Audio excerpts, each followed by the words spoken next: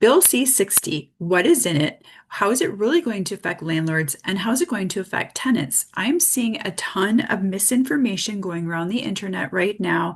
And I wanted to just talk a little bit today about what the reality is of this bill, how it's going to affect landlords and tenants too, and what the reaction is from the city, and whether or not we think it's going to meet its objective of increasing housing supply. I'm going to talk a little bit more about Toronto in this bill. Okay, so here we go. What is really happening? A lot of people are talking about the time frame changing. Now, the time frame is broken into two parts in the bill. The first one is the amount of time that you have to wait as a landlord to send an application to LTB to apply to have your tenant removed. Right now, you need to give the tenant 14 days to wait until they pay their rent before you're allowed to apply. This is dropped down to 7 days. So you have a 1 week difference in the amount of time that process can take. On the other end, where you get to the end of the process, okay, so here's how it works. You apply to landlord tenant board, you wait, then you get a court date. Right now, your court date is somewhere around, say, 6 to 8 months. You finally get your court date. At that time, after everybody's talked, the judge or the adjudicator will then say, well, we have another 30 days before we're going to give you your judgment. And then, of course, you have time after that for the tenant to choose to move out or to have a sheriff come. Now, that time frame on the end, that 30 days has been reduced to 15 days. So you're kind of, there's a 7 day difference on the beginning. There is a 15-day difference on the end. So it helps a little bit. It's not, I wouldn't say it's dramatically different. The big logjam is really in that kind of 6 to 8 months that you have to wait to kind of get to that hearing. Now, the second part about this is tenants being to bring forward issues that were not brought forward before. So, this is kind of a little bit more for landlords here. What often happens is when a tenant finally appears, you finally get your court date, everybody comes to the hearing, a tenant will kind of bring up extra issues that weren't brought up before or kind of put into the paperwork ahead of time so everybody could prepare to speak about these. And then that can result in delays. And a lot of the time, the problem is if you have a delay, then you can get another 6 to 8 months. Now, if you are, a good tenant, you don't want these things to happen.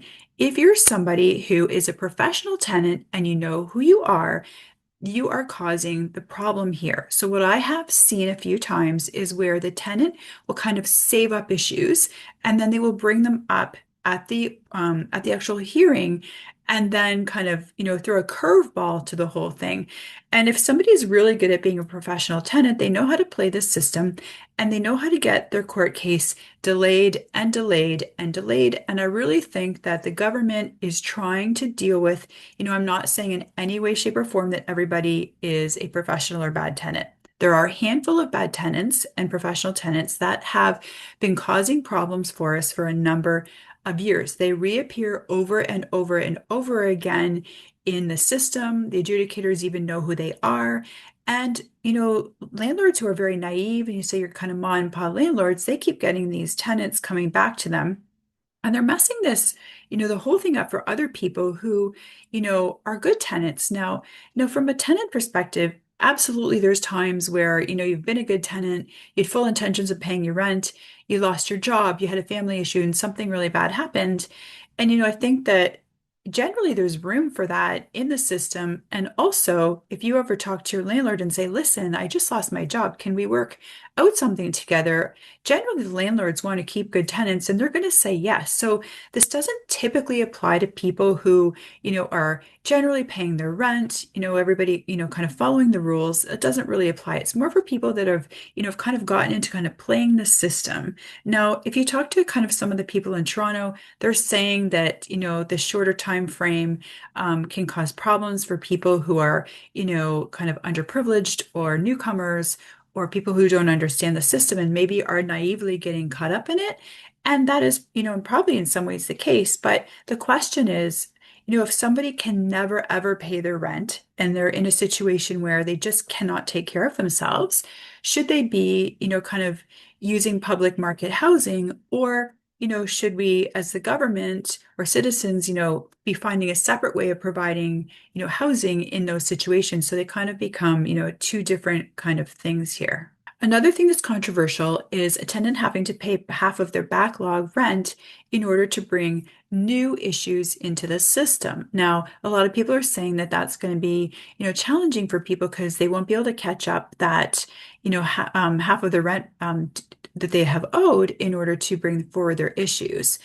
That could be the case, but if they're realistically, the landlord tenant board will evict somebody if they don't ever pay their rent. So that person would likely be getting evicted. That is kind of the one thing that is cut and dry. They do a payment plan, they do try to work it out, but in the end, you do have to pay your rent in order to maintain your tenancy. Okay, there's also, some talk about bringing forward a database of tenants who haven't paid.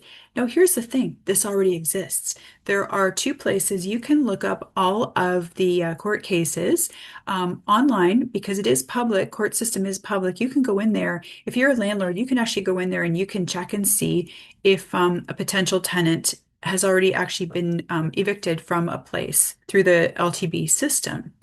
If you're a tenant and you're a good tenant, then this doesn't really matter to you. If you're somebody who is, consistently being evicted and your name is in there, well, then that doesn't really help you, obviously. And so I can see how, kind of professional tenant situation, they're kind of pushing back on that a little bit. Another thing is that the process for filing your paperwork is going to be streamlined a little bit. Try to make it simpler. Right now, a lot of cases are thrown out both by, on both sides, tenants and landlords, because the paperwork was not filled out correctly. So they're going to try to simplify that, which, I think that's a good thing for everybody if they can understand the paperwork system better. Another thing is that with family, type evictions, where in the case where your family is actually going to move into the building, the old way was 60 days plus 1 month cash in your rent. So basically 1 month's rent in cash back to the tenant. Now they're saying if you want to do 120 days notice, then you don't have the tenant will not be receiving the cash payment of 1 month's rent. So what this really does is it gives a tenant 4 months to prepare and find a place to move rather than 2 months. 2 months is pretty quick because you'd have to get out there looking right away, whereas 120 days, I think, gives you like a little bit more time. Now, we all know that there are some bad faith evictions that have happened. There were laws put into place, I think within the last year to make it, the fines are quite large for landlords if you were to actually do a bad faith eviction. So the reality is, if you want, you were renting your basement out and now you need it, for your kids to play in, or you need your parents who are aging to move into your basement apartment, those are legit reasons. And those will, those are things that I think, that's okay because that's the reality is at some point you do need to move your parents into your house or something like that.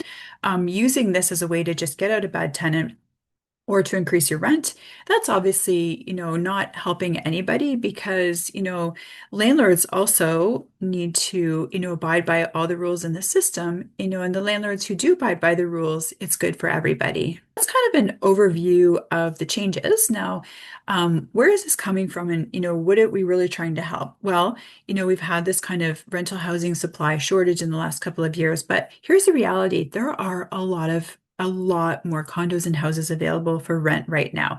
Rents are the lowest they have been in 2 years in Toronto. So we have, some of the things that we've changed have kind of been increasing the housing supply. This year, we're expecting a record level number of purpose-built rental apartments. So not condos that are being rented, but actual apartments that have been built for the purpose of renting. There's a record number of supply of those coming. Now, if you believe that, taking some of the pressure off of landlords, making landlords feel happy again will bring back housing supply, then this can work together, with the natural housing supply that's increasing the lowering prices to put forth more availability of housing for everybody. And what should actually happen if you believe in supply and demand is basically that you will have on the higher end, say prices that are, up quite high, those start to come down, then all the prices start to come down. So then maybe what's actually on the more affordable levels become more affordable for people. Now, not to say that, I think housing is still quite expensive as rentals. They do need to come down a little bit, but generally the more supply you have available, it's going to affect the prices and it should really help everybody. So, there's definitely some controversy in the bill. I think that when they took out the rent control portion of the bill, I mean, that was the part that probably affected tenants the most. Was originally in the bill, they were saying basically that it would your tenancy after your 12 months would not revert to a month-to-month tenancy, that either landlord could renegotiate. That has been removed. Now, that would have had a really big impact on tenants, and it could impact tenants who plan to stay in a place for 5, 10, 15, 20 years, right? Where their rents kind of stay low. Keep in mind also that rent control, from a tenant perspective or landlords is before 2018, it's rent controlled. November 2018, it's not rent controlled. So after that, so if you're looking for something a bit less expensive, obviously you're going to try to find something that's before 2018 as a build. And honestly, those places are bigger anyway. So if you have any questions about this or you want to get more information, I'm happy to help you. My information is below, and I would love to hear all of your comments. Thank you.